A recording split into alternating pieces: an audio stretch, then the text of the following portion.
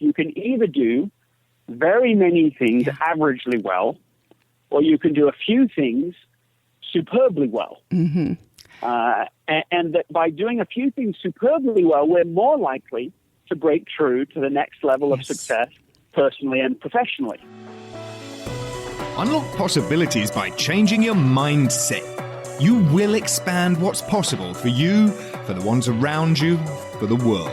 You're moving into a land of both blind spots and learning, of things and ideas. You just crossed over into the mindset zone. Join your guide, Anna Melikian, founder of Solo Biz Academy, the director of education for Book Yourself Solid, and a PhD in psychology.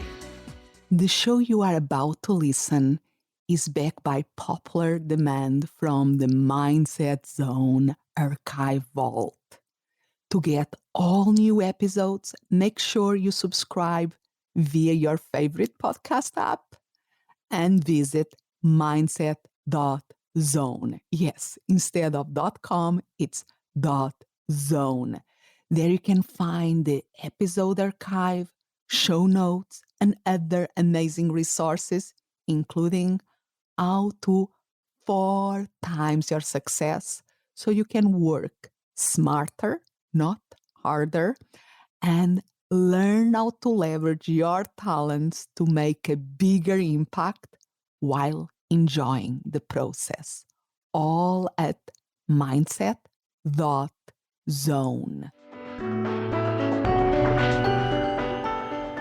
Hi, Anna Melikian here, and I can't think of a better way to conclude my series of podcast episodes about the importance of focusing than with an interview with Greg McKeown, the author of the New York Times bestseller book, Essentialism, The Disciplined Pursuit of Less.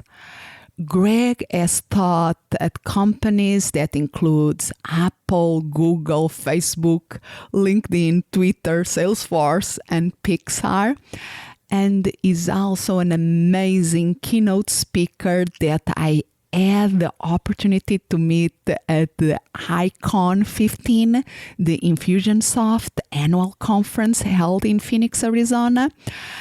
And Greg, at that conference, he dedicated a copy of his book, Essentialism, to a lucky listener of the Mindset Zone podcast. So if you are in the US and you want to win an autographed copy of this book, you just have to text Mindset Zone 38 to 33444. So the number is 33444, and just text Mindset Zone 38, everything together, and you will be joining your name and email to the drawing of this autographed copy of the Essentialism book. So now let's go to the interview. And it's truly a pleasure to have you on this interview for my Mindset Zone podcast. So welcome. Oh, it's a pleasure to be with you. And I would like to start with a question about your book, that is Essentialism. What is that? What is Essentialism? Essentialism is the antidote to the big problem of our times. So the big problem of our times, the number one problem, is the undisciplined pursuit of more. And the one big antidote is essentialism, or the disciplined pursuit of less but better. Mm-hmm. And you think that this problem, you say this problem of our times, is something that is like a 21st century problem, because we are like surrounding with all these tools, amazing things like Google, the internet, Wikipedia, so many channels on the TV, we are so much information that maybe for sure 100 years ago was not there. And we have to face a new way of filtering out the information? Yes, but it's more complicated than that. So we live in an age of information overload. Yes, we know that. But over the last 10 years, we have shifted from information overload to opinion overload. And that's really the thing that's accelerating the problem, is that instead of, as we did in the past, have to try and keep up with the Joneses, as we say, now the Joneses are, 1,000 times more people. Yes. And so that's where social media, that's where this constant interruption, these constant inputs from every direction, making such a challenge, is that we are feeling the comparison and even the judgment from far, far more people than we ever have before in our lives. And so this social pressure is making it very hard for people to hear the voice inside of them saying, this is the right thing to do. This is the essential thing to do. So it's a little bit like most of us will, the image that is coming to my mind is like being in the middle of Times Square, New York City. There is so much energy around, so many things going on that we are focused outwards instead of being focused on what is happening inside us or what is important for us. Yeah, and so, email, of course, is one really good example of this. When I ask people who has email on their phone, everybody, of course, says that they do. That's so universal, it's like a monopoly. Yeah. Assumption. Of course we do. Yeah. Of course we do. But interesting is that if we think, and I'm going to age us here, but we have memories that when we didn't add even a mobile phone to go with us. I still remember of not having a mobile phone during many, many years of my life. Yes, of course, and so the combination. I mean, just making one small point about this: mobile phones and email on the phone is not the same thing. Yeah. As soon as you have email on your phone, it changes even the technology of email. And here's why: because when you have email on your desktop computer, it's still powerful, it can still consume us, it can still distract us, but at least we can do the work people are asking us to do. When we have email on our phone, so many of the things that people email us about, we can't do at the moment we learn about the thing. Yeah. And so it can just be a distracting force, whether we're at lunch, we're in a meeting, suddenly we're constantly aware of all of these things that someone is expecting of us that we cannot do anything about right now. So it increases this sense of perpetual stress that people are in. Yes. And really, I think just trying to make the thread here, what I've learned is that if you don't prioritize your life, someone else will. Yes. And so it's this. There is a competition, a tension between all the things that somebody expects you to do, and the internal voice that says, "Look, out of all of these things, just a few of them are really important, essential, really important." And that is the thing. I think that most people are very productive. They are very busy, but they are not doing the right things to really move them forward. And what I love, and for me, the great breakthrough with your book, or reading your book, Essentialism, was that, realizing that, it's not the problem of focus that I have, it's a problem of not focusing on the right things, the things that are really important for what I want to achieve. Yes, and here's what I've learned about that is that in this undisciplined pursuit of more, we really just don't even have the space to think and to discern between the vital few and the trivial many. So if people want to do one thing to live a more essentialist life, the number one thing I would recommend is that they hold a personal quarterly offsite. Mm-hmm. And in fact, we've finally decided to launch what we think is the very best way to become an essentialist, mm-hmm. because we believe that becoming an essentialist is not an event; it's a process. Yeah. And so we're running a program called Essential, where we're looking for really courageous individuals who want to wrestle with the really challenging elements of their lives, and figure out, look, what really is essential out of all of these different things. What are the different trade-offs that I'm willing to make in order to get to the life we want? So people that want to become part of this, it's Essentialists Wanted. If you just go to applyessential.com, that's where the information is. But once again, what we're saying, and this is only slightly tongue-in-cheek, we think of this as being a risky journey where people are making bitter trade-offs, small wins, long hours in grappling with their priorities, constant vulnerability. It'll take brutal honesty. The likelihood of being the same after they've done with this year is doubtful, but there's the chance of a glorious breakthrough if successful. Yeah. These are the group of people we're looking for.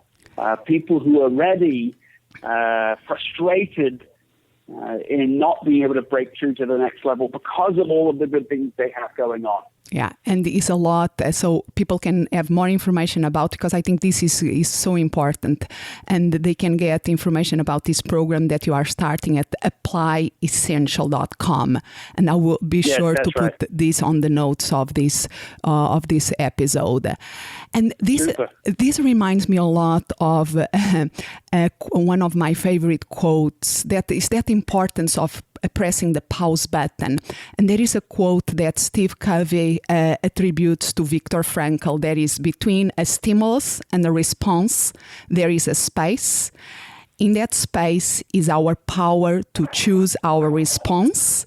In our response lies our growth and our freedom. And what you are proposing a lot in your book, Essentialism, is like, let's find that space. There is so many stimuli going around us. That doesn't mean that we have to be just reacting.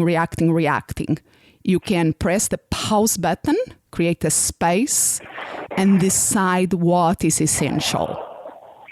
Yes, and I agree completely with this. And that space can start in very small ways.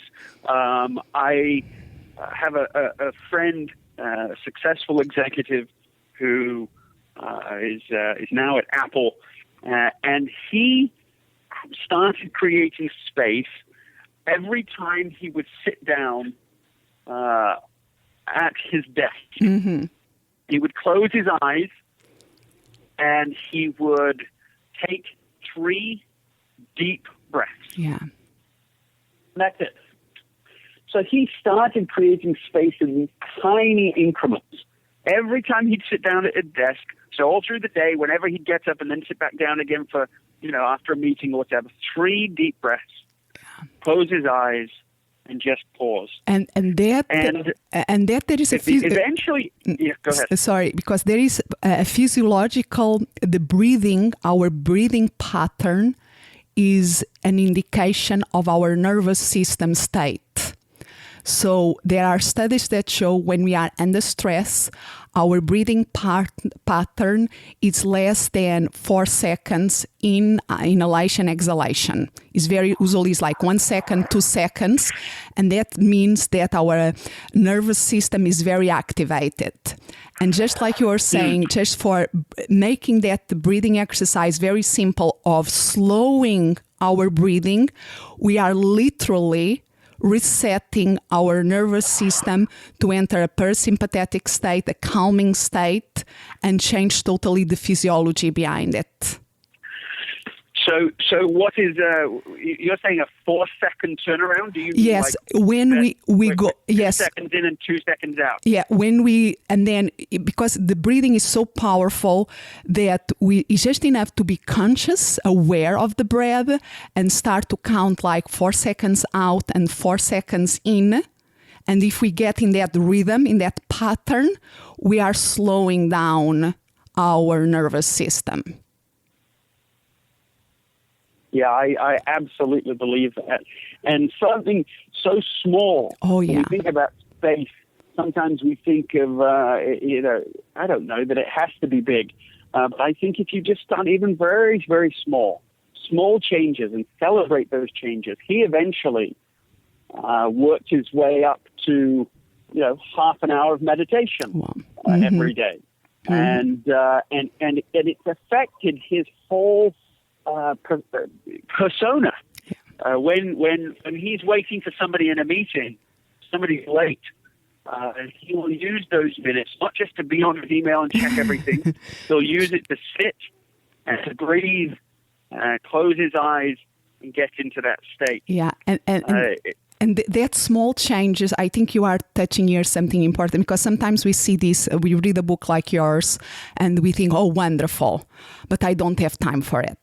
It's like we are juggling things. We are juggling the balls. We have 6 balls in the air, and interesting concept. This is one of the essentialism. But if I stop, all the balls are falling.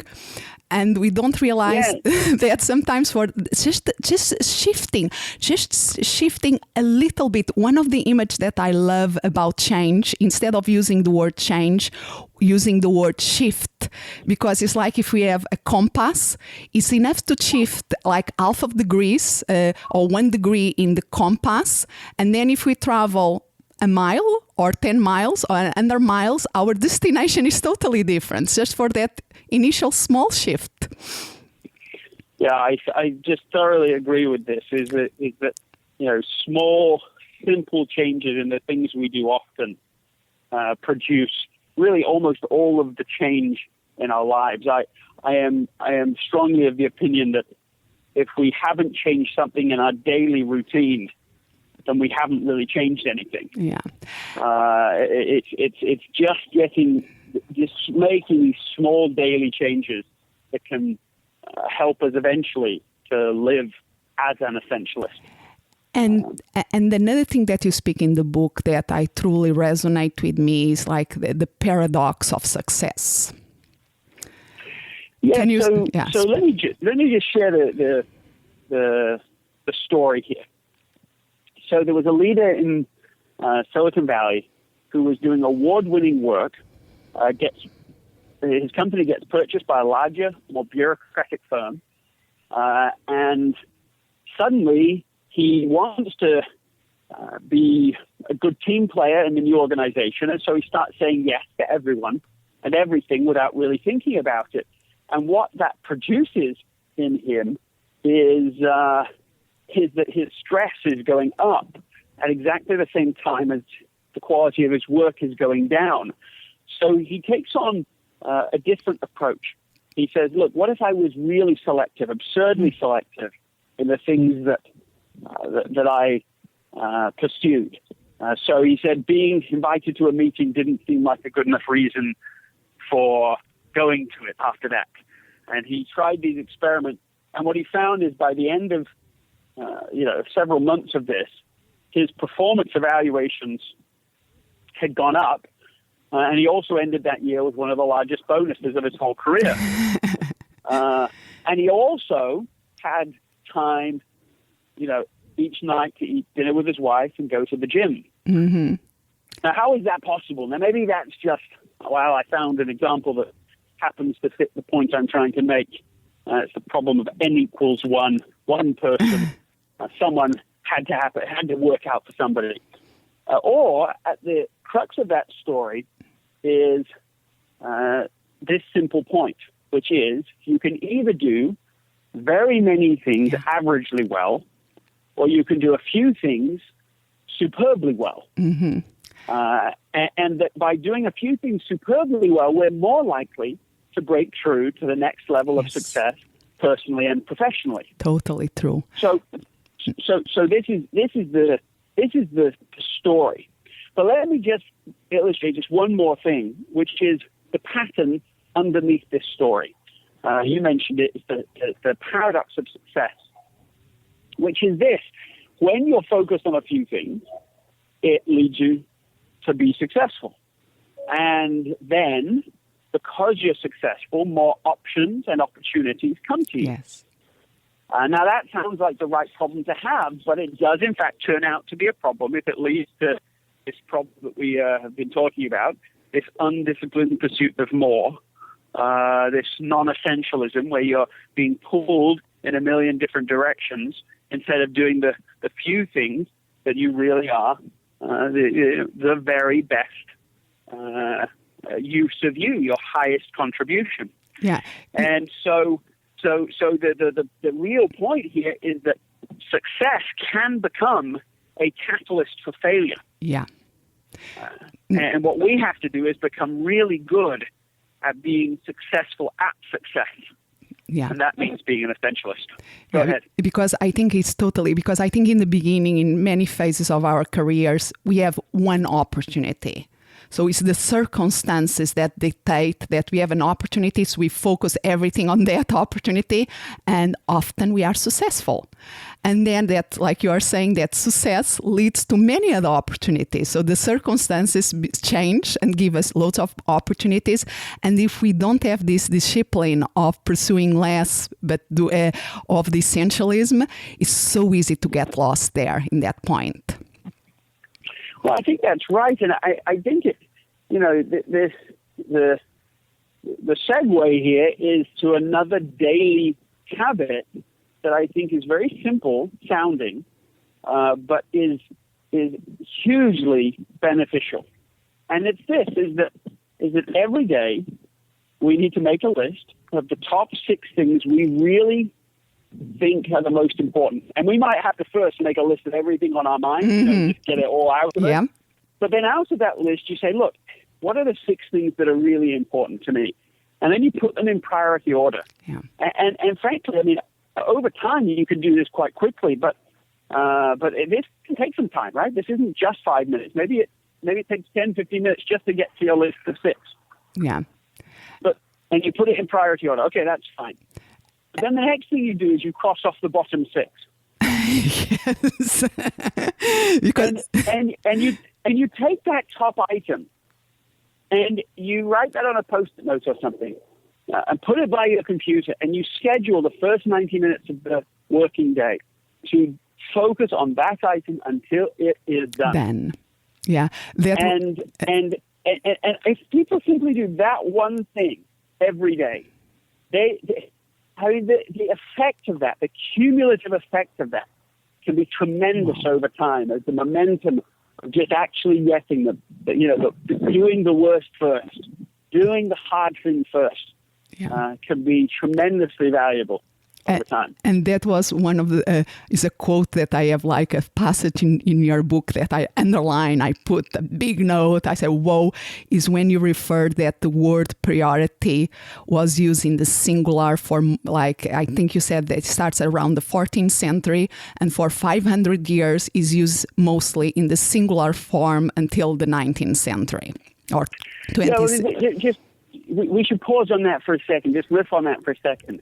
Yes, you're absolutely right. The word priority was singular when it was first defined and first came into the English language, and it was a very sensible word. Priority, it meant the from the same word as prior, the prior thing, the very first thing. Well, that makes sense. But as soon as you pluralize it, which, as you say, it took 500 years before someone thought, well, let's pluralize this term. Let's have priorities. And all of a sudden you're going, well, how can you have very many absolutely very first things? This is sort of a madness that we're hearing. Yeah. And yet, I was just at an organization recently where they told me that their CEO has identified 107 goals for the year. which is only to support their 700 different products. Wow. And so you just, it's this sort of endlessly increasing complexity that organizations go through. And the way that I would, I don't know, that one of the things I want to say about that is that in the end, there's only really two kinds of people. Mm-hmm. The first type of people are people who are lost. Mm. And the second kind of people are the people who know they are lost. Good one. And a non-essentialist is the first. Mm-hmm. You see, here's the thing. People blame all this distraction, yes, smart media, social media, email, and so on. And these tools are powerful, no doubt about it. They are going to act upon us. But here's the thing: is a non-essentialist needs them. A non-essentialist must have them, because the only thing worse than being distracted all the time is not being distracted all the time and suddenly admitting, oh my goodness, I'm lost and I don't want to admit that. So I'm just going to keep being busy, and I'm going to keep reacting, and I'm going to use that to numb the worry I feel. I'm going to work really hard not to know what I know, which is that I feel lost. Now, that's the first. That's the non-essentialist. The essentialist also feels lost, but they admit it. They know it. Mm-hmm. And what that means is immediately they know exactly what to do, which is, well, I've got to face this and figure out what's important now. Yeah. They're going to ask that question. So, when you go, I don't know, maybe your father wasn't like this, but have you ever met someone, going driving with somebody who they're lost? Yes. Right? They're driving along, they're lost, and they don't the GPS, and they won't stop for directions, right? And they won't do it. And that's a perfect example of the non-essentialist. This is somebody who is lost but won't admit it. Yeah. The essentialist knows what to do. As soon as you admit you are lost, actually, it's a little Zen like this, but as soon as you admit you are lost, you're not lost anymore. Yeah.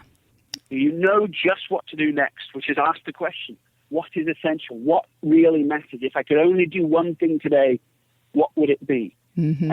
And you don't, because basically what's most important now is always figuring out what's most important now.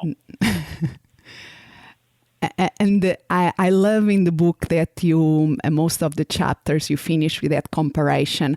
This is how the non-essentialism will do here. This is the essentialist way of doing it. And that contrast really brings a lot of clarity. Yes, I think the contrast was critical in being able to think through the problem. I think a lot of us know or have a sense of what we ought to be doing. Yes, prioritization is important, and I probably should be doing more of it. It's really in the naming of what we have all fallen into that I think people can feel the resonance of this subject. Yes, we have, as a group of people, we have fallen into the way of the non-essentialist. Yeah. Go ahead. And for me, the thing, I love the contrast, and it is totally clarified visually in my head. But at the same time, at the end, when I'm trying to apply the essentialist principles, because it's difficult to go from 0 to 100. So I try to see how, because I think it's developing a habit and takes time, and we cannot expect perfection straight away. So I ask myself, I did this well. What was my percentage of my level of being an essentialist during that day or in that situation? Yes, this is absolutely right. This is something I found helpful, is to keep a little notebook each day and write down, let's say 5 things where you made a trade-off you are pleased about. Mm-hmm. Every day we'll have things that we could beat ourselves up about. This is totally unhelpful. But if we just celebrate the things where we get it right, so literally writing down, I'm thankful I gave up this less important thing in order to do that. I'm thankful that I,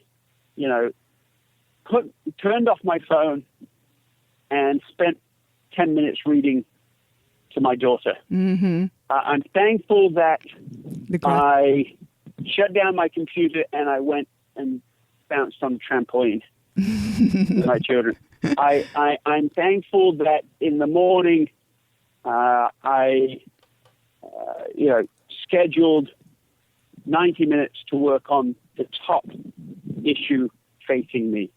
I mean, if you can celebrate any of the successful trade-offs you make, and you may list just 5 successful trade-offs, start very small, then you'll start to sense, I do have a lot more choices than I realized. I do have control over more than I realized, and I'm doing better than I realized. Wow. And that's very important on this subject, because otherwise people can feel, I think, very discouraged by the challenge to become an essentialist. Yeah, and what my taking away of this conversation is the small shift and small things that everybody listening to the interview they can do is, pause, even if it's like that 30 seconds when they sit down and focus on their breath, and then write down the 6 things that they consider important to do that day and cross the last 5. So stay with the priority and focus on that. And then in the end of the day, do that gratitude journal, that thankfulness, 5 things that they trade off that I felt this was the right thing. Yes, I think that's exactly right. I mean, those are 3 tangible things. They are, don't beat yourself up. Don't fall into that. This is a journey. This is a life journey. Yeah. Essentialism is not one more thing to stuff into all of the overstuffed lives. Sometimes people say that to me. They'll say, "Yeah, essentialism is good. That's a good reminder. I ought to do a bit more of that." And you think, no, that's not the point. It's not one more thing. This is a long journey to become something we weren't before. To become an essentialist. And so we've got to be very patient with that journey. This isn't a quick fix. It's not something you can do in a week, in a month, in a year even. It's an ongoing journey. And for those that are really hungry to take that journey, we are looking for people ready for the longer journey together, and those that would like to be part of that. ApplyEssential.com as a place that I would love to continue the conversation.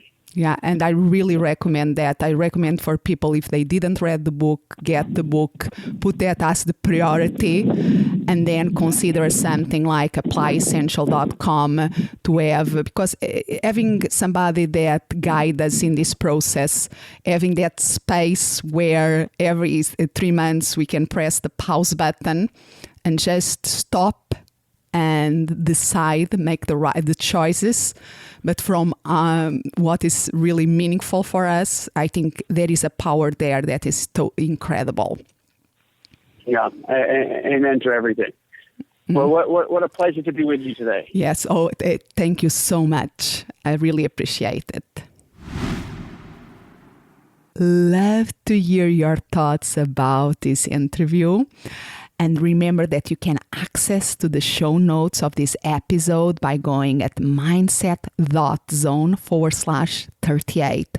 I will try to summarize there these 3 things that we can do every day to start to shift to a more essentialism way of living. This is so important. I will put also there the applyessential.com link for the new program that Greg is leading. If you can take advantage of it, I really will be possibly one of the best decisions that you can make. So, and as always, is mindset.zone/38 show notes. And to keep everything simple, you just have to remember mindset.zone/info. And there you can listen to every episode of this podcast. You can access to the show notes. You can learn how to subscribe this podcast via iTunes. Join the Mindset Zone community in Facebook. And of course, always any questions, email me. And even you can get the free audiobook download and 30-day free trial of audible.com. So if you think that you are too busy to read the book Essentialism and you don't know audible.com yet, I suggest you that you go to, if you are in the phone, you just have to go mindset.zone/audiobooks and we'll take you there. Start the free trial, get the download of a free book, get the book Essentialism. Start to listen to this book even if you are busy doing other things. And then you are going to realize the importance of focus in just reading this book by itself. But if you have to start there, start there. And you also can find how to get the free audiobook download by mindset.zone/info. So that is really the place to go for all the information.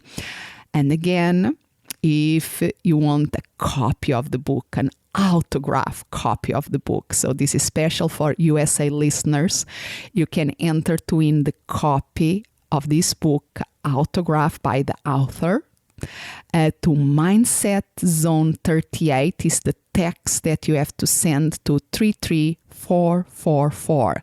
So the number in the chat in your phone that you have to text is 33444, and the message is Mindset Zone 38 altogether. Grateful that you cross over into the Mindset Zone. Expand what's possible for you, for the ones around you, for the world. Thank you for listening. And remember to visit mindset.zone. Yes, instead of .com is .zone. There you can find all the episodes and other amazing resources. As always, I'm so grateful that you have crossed over into the Mindset Zone. Expand what's possible for you, for the ones around you, for the world.